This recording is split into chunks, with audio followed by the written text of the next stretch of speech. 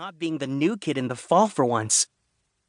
The bell rang at last, and cheers filled the classroom. One by one, I watched as everyone pushed out of the room until it was just me and Miss McCartney. When I looked up, she was waving an envelope at me. I rushed to the front of the room to get it. It had my name on it, written in cursive. "I think we both know what this is," Miss McCartney said, giving me a wink. My knees felt a little wobbly. Could it be? I tore open the envelope and pulled out the letter. It read, "Dear Frank Fernandezz, it is with great pleasure that the Auburn City Library admits you to its junior librarian program. You'll get a chance to help organize our summer reading bash, serve as a reading pal to a younger child, and meet visiting authors. At the end of the summer, you will get to choose 3 books of your own to keep. Please sign and return the attached form to accept your spot in the program. Congratulations! Keep reading. Tanya Harrison, Librarian." "I can't believe it!" I shouted. I'd applied to the junior librarian program back in the spring, reminding myself not to get my hopes up. I'd never applied to anything before, so in the experience box of the application, I'd had to write none.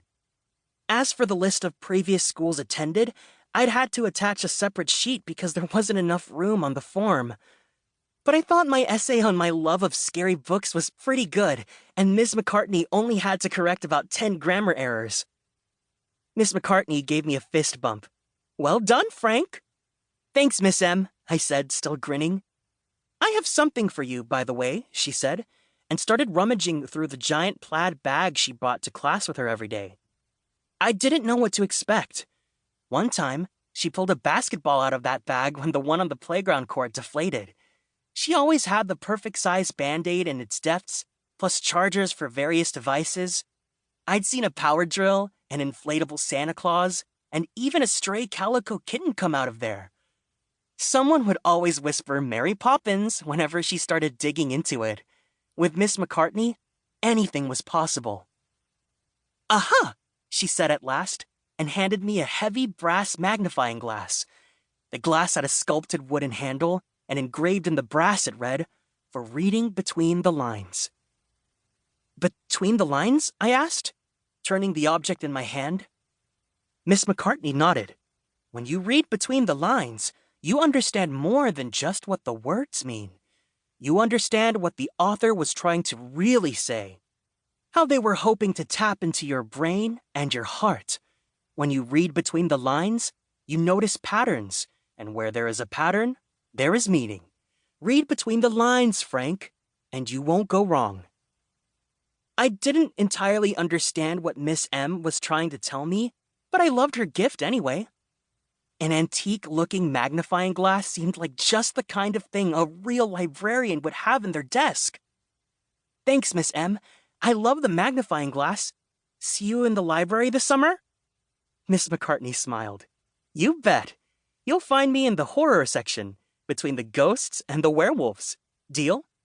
"You got it," I said. Just like Lane, Miss M and I had the same taste in books. When I left the classroom, my cheeks were aching from smiling so much. For the first time ever, my summer would consist of fun things, not boxes and moving trucks. Not only was I going to go to the pool with Lane a bunch of times, but I'd get to volunteer at the library, which was my favorite place in the world. There would be tons of books to read, maybe even new friends to make. I would be friendless Frank no more. I had never, ever been happier. Chapter 2. Goodbye, train station. My family lived in a converted train station right in the middle of town. It had high ceilings, and the brass ticket booth still standing in one corner where I'd pretend to buy train tickets to anywhere and everywhere. Poppy had found the station so he and Mom could renovate it and turn it into a home. Before my parents came along, the ceiling was caved in, and college kids used to sneak in at night to throw parties. But Mom and Puppy had turned it into a beautiful house, the kind people put in magazines and, more importantly, buy from my parents. Their business, Fernandezs Home Conversions, was dedicated to taking unusual structures.